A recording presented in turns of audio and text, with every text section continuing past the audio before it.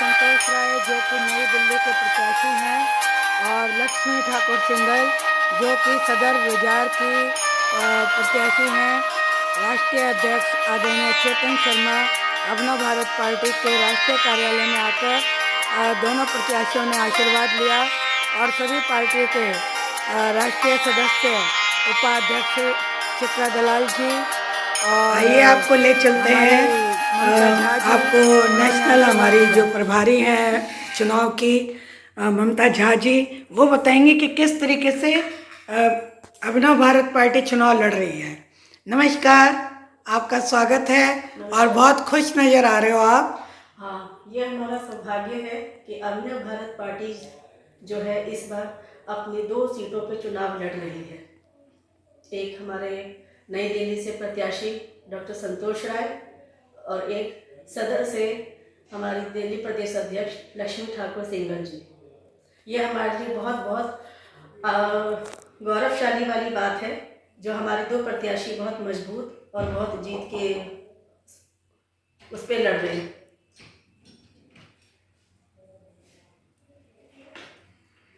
हमारी पार्टी अभिनव भारत पार्टी हमारे वीर सावरकर जी के ऊपर उनसे प्रेरणादायी स्रोत लिए हमारी पूरी आइडियोलॉजी जो है उनके आधार पर है।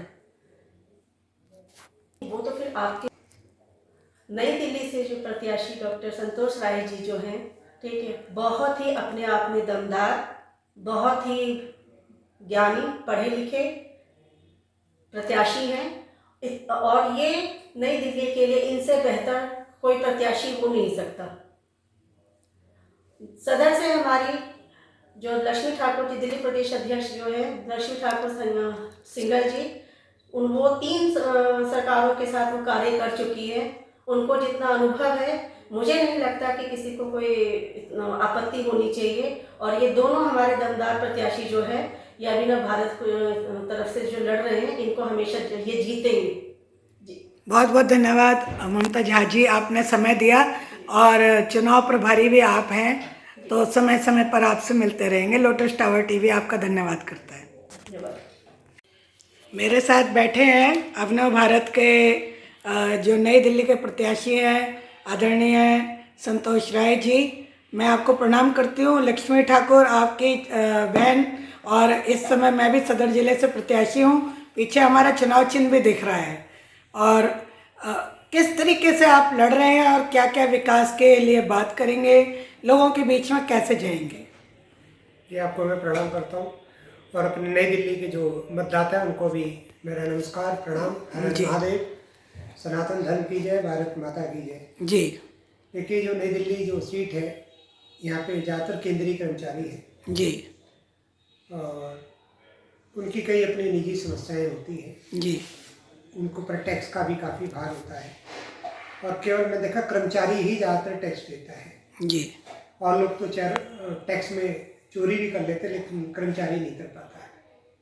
उनकी छोटी छोटी समस्याएं होती हैं और उस पर कोई भी राजनीतिक दल उस पर ध्यान नहीं देता है। दूसरा, नई दिल्ली सीट पर ज़्यादातर जो मतदाता है पढ़ा लिखा है, तो मेरा उनसे यही आग्रह है कि कई पार्टियां लालच दे रही है, रिश्वत दे रही, एक प्रकार का भ्रष्टाचार में लिखते हैं। आम आदमी पार्टी 2100 रुपये का लालच, भारतीय जनता पार्टी 2500 रुपये का, एक दल भी कांग्रेस भी उसमें कूद पड़े कि हम भी 2500 देंगे। तो ये प्रकार का एक नैतिक भ्रष्टाचार है। दिल्ली की जनता को ये लोग रोजगार, काम, स्वरोजगार या कोई व्यवसाय न देकर मुफ्त रेवड़ियाँ बांटना चाहते हैं।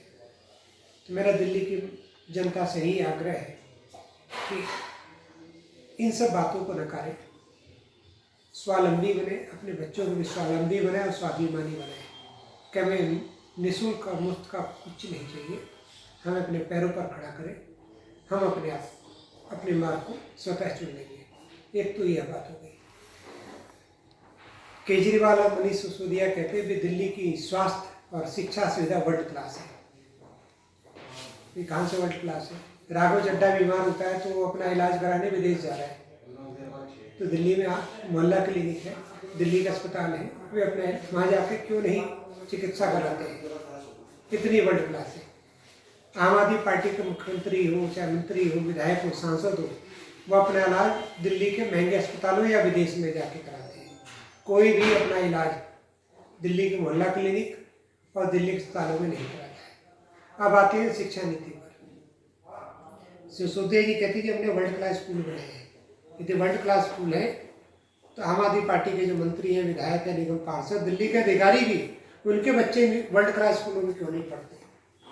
यदि इतने ही ये तथाकथित स्कूल वर्ल्ड क्लास है, एक दो स्कूलों को उन्होंने अच्छा बना दिया है, जिस पर वहाँ कुछ विदेशियों और उनके सहयोगी बुला के वहाँ बढ़िया से एक वीडियो बनवाते हैं और फोटो खिंचवाते हैं, उसको मीडिया में लिखवाते हैं। कुछ ऐसे भ्रष्ट पत्रकार हैं जो उनके लिए आर्टिकल लेख भी लिखते हैं। तो मैं यही कहूँगा कि भी दिल्ली की न तो अच्छी स्वास्थ्य व्यवस्था है, न शिक्षा व्यवस्था है। स्वास्थ्य की स्थिति ऐसी कि दिल्ली के अस्पतालों में नकली दवाएं मिल रही हैं। पहले भी सीबीआई ने रेड की थी, वो दवाइयाँ नकली थी। दिल्ली में जांच के नाम पर जो फर्जीवाड़ा है वो करोड़ों रुपए की वसूली की उन्होंने। अब दिल्ली का मुख्यमंत्री आतंकवादियों से संबंध रखता है। केजरीवाल जी के संबंध गुरवंश सिंह पन्नू, जो एक घोषित आतंकवादी है, जिस पर एनआईओ ने इनाम भी घोषित किया हुआ है, उससे उसके संबंधों से धन लेके दिल्ली की सरकार पंजाब की सरकार बना चुका है। केजरीवाल ने वादा किया था हमारी सरकार रहेगी, हम उन आतंकवादियों को रिहा करेंगे। तो जो लोग कहते भी केजरीवाल भी रहेंगे, तो मैंने एक जगह एक ऐड देखी, तिहाड़ जेल के बाहर पोस्टर लगा था केजरीवाल आएंगे। केजरीवाल आएंगे तो सही, लेकिन यहाँ नहीं आएंगे, तिहाड़ जेल में आएंगे। तो मेरा यही आग्रह है कि दिल्ली की जनता एक निर्णय करे, कौन सा वोटर, कौन सा नेता उनके लिए उचित है, किसको वोट दे, किसको ना दे। उनमें से मैं भी एक प्रत्याशी हूँ। भारतीय जनता पार्टी ने प्रवेश वर्मा को उतारा है, वो अभी 2500 बांटते हुए पकड़े गए थे। केजरीवाल जी दिल्ली की जनता का डाटा ले रहे, आधार कार्ड ले रहे, मोबाइल नंबर ले रहे। ये एक प्रकार का फर्जीवाड़ा है, ठगी है। तो एक अच्छा व्यक्ति सुने जो आपके सुख दुख में हमेशा खड़ा हो। मैं वादा करता हूँ, दिल्ली की जनता को कोई भी समस्या हो, कैसी भी समस्या हो, बस मेरे नंबर 9999188867 पे व्हाट्सएप करें, अपना संदेश छोड़ा, आप अपनी समस्या बताएं। आपकी समस्या का निवारण करने का मैं प्रयास करूँगा। हर हर महादेव, भारत माता की जय। बहुत अच्छा, आपके विचार जानकर अच्छा लग रहा है और मुझे भी प्रेरणा मिल रही है, ताकि मैं भी सदर ज़िले की समस्याओं को जल्दी से जल्दी हल कर सकूं। और जनता के साथ हमारा बिल्कुल ऐसा संवाद होना चाहिए जो एमएलए होता है, किसी भी क्षेत्र के निवासी को उस एमएलए के यहाँ जाकर लाइन ना लगानी पड़े। सबसे बड़ी बात यह है। जो भी है बस व्हाट्सएप करें और हमारा फ़र्ज है कि हम उनकी समस्याओं को ठीक करें। ये बहुत अच्छा आपने संदेश दिया, मुझे भी इससे सीखने का मौका मिला। बहुत बहुत धन्यवाद और मेरी बहुत सारी शुभकामनाएं। लक्ष्मी जी, आपको बहुत बहुत। आप एज ए प्रत्याशी गई थी सदर के किसी से और आपका नामांकन एक्सेप्ट हो गया। आपको विधायक के लिए बहुत बहुत, विधायक आगे बढ़ने के लिए बहुत बहुत बधाई। बनेंगे हमारे लिए तो आप विधायक कब से बन गए? नहीं, अभी बहुत काम करना है क्षेत्र के लिए। मैं देख रही हूँ कि सदर के अंदर बहुत ज़्यादा दिक्कत है और बहुत सारे ऐसे व्यापारी वर्ग है जिसको काफ़ी दिक्कतें आ रही हैं। 3-3, 4-4 तरीके के टैक्स लगे हुए हैं, चलने की जगह नहीं होती उनको, कोई सामान नहीं वो ठीक से बेच पाते हैं। ज़्यादातर हमारा जो क्षेत्र है सदर का, बहुत ही गरीब तबके और यहाँ तक कि पूर्वांचल के लोग बहुत ज़्यादा हैं, परंतु उनके बारे में आज तक कोई सोच नहीं रहा। 91 से मैं देख रही हूँ कि वहाँ की जो व्यापारी, जहाँ पर लोग हैं व्यापार कर रहे हैं, वहाँ की सड़कें ठीक नहीं है। शास्त्री नगर चले जाओ आप, गुलाबी बाग चले जाओ आप, सदर जिले के अंदर कहीं पर भी सदर मार्केट में चले जाओ, आपको टूटी हुई सड़कों के ऊपर चलना पड़ता है। और इलेक्शन डिक्लेयर होने के बाद, आचार संहिता लगने के बाद लोगों ने सड़कें खोद के वहाँ पर सरकारों ने, जो अभी अरविंद केजरीवाल जी के जो भी लोग हैं हर जगह आनंद फानंद में काम कर रहे हैं, उनके बोर्ड लगे हुए हैं। ये तो सरासर उन लोगों के ऊपर केस होना चाहिए। लक्ष्मी जी, आपका तो अच्छी तरह मुझे मालूम है, कितने साल से, 10 साल से आपको जानती हूँ, कि ऐसे चैलेंज से भरे काम को तो आप चुटकियों में हल कर देती हैं। और लेकिन पीछे से आप लोग तो ज़्यादातर, क्योंकि ये तो आपने सीट चुनी है अपने हिसाब से, जो जी। चैलेंजेस से भरी हुई है, और मुझे पूरी उम्मीद थी, पूरी आशा है कि आप इस पे खरी उतरेंगी, और इसीलिए आपने वो एरिया चुना है ताकि आप उन लोगों के लिए कुछ सुधार कर सकें बिल्कुल। और उनके लिए कुछ काम कर सकें, क्योंकि जीवन है, उसको जीवन का अपना जो रूप है उसको सार्थक करें आप। और आपका तो नाम ही लक्ष्मी है, तो लक्ष्मी जो है वहाँ आप सबके घर में जो है वो लक्ष्मी के रूप में सबको रोजगार देंगी, और सबके घर में जो है खुशहाली आएगी, और इससे बड़ी बात क्या है।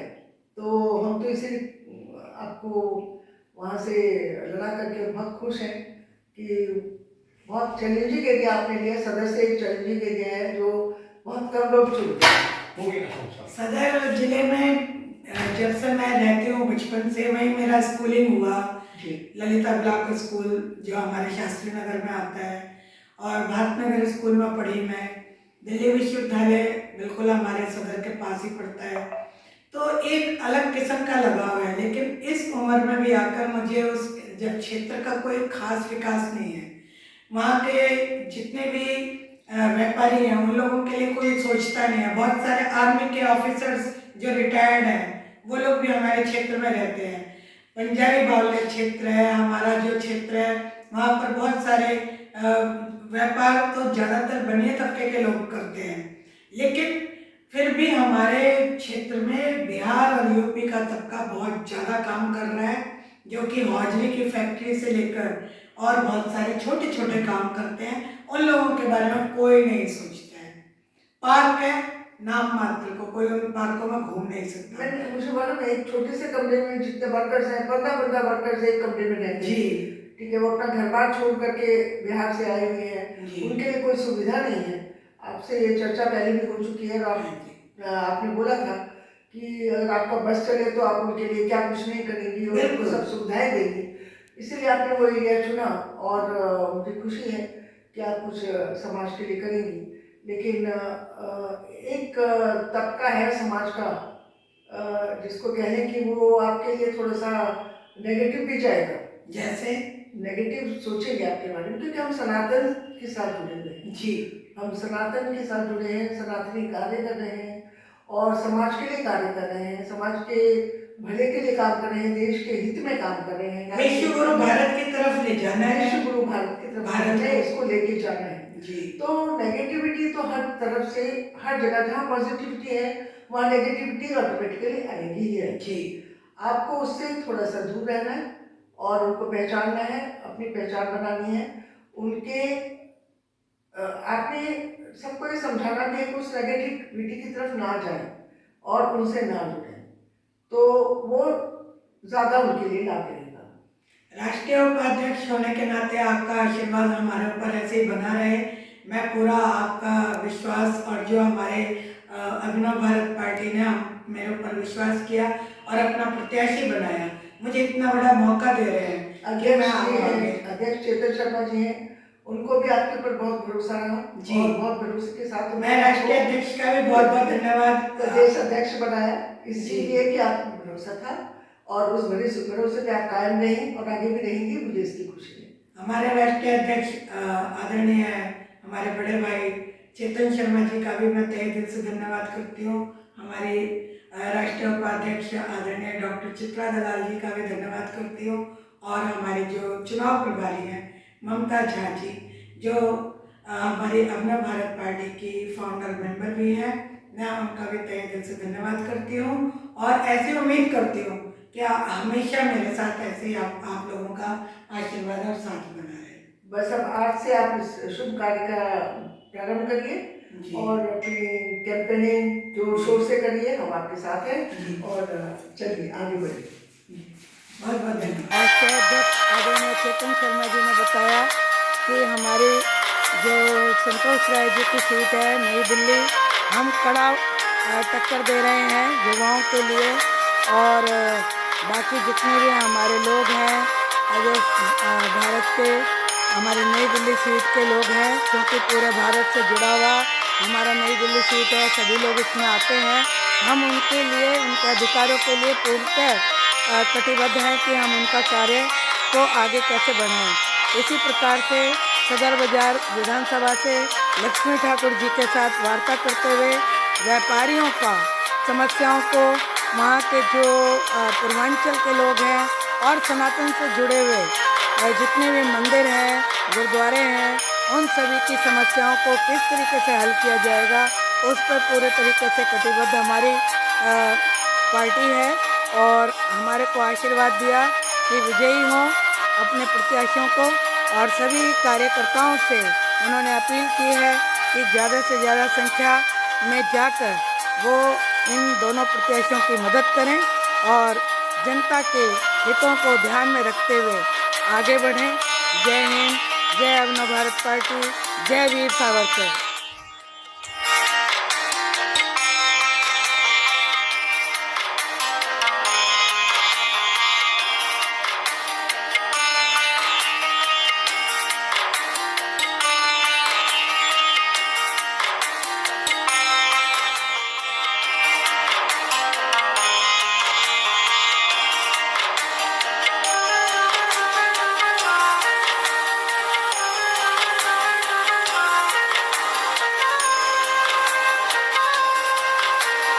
सभी कार्यकर्ताओं का आदरणीय राष्ट्रीय अध्यक्ष चेतन शर्मा जी ने पटकम पहनाकर उनका स्वागत किया और नई दिल्ली विधानसभा और सदर बाजार विधानसभा को विजयी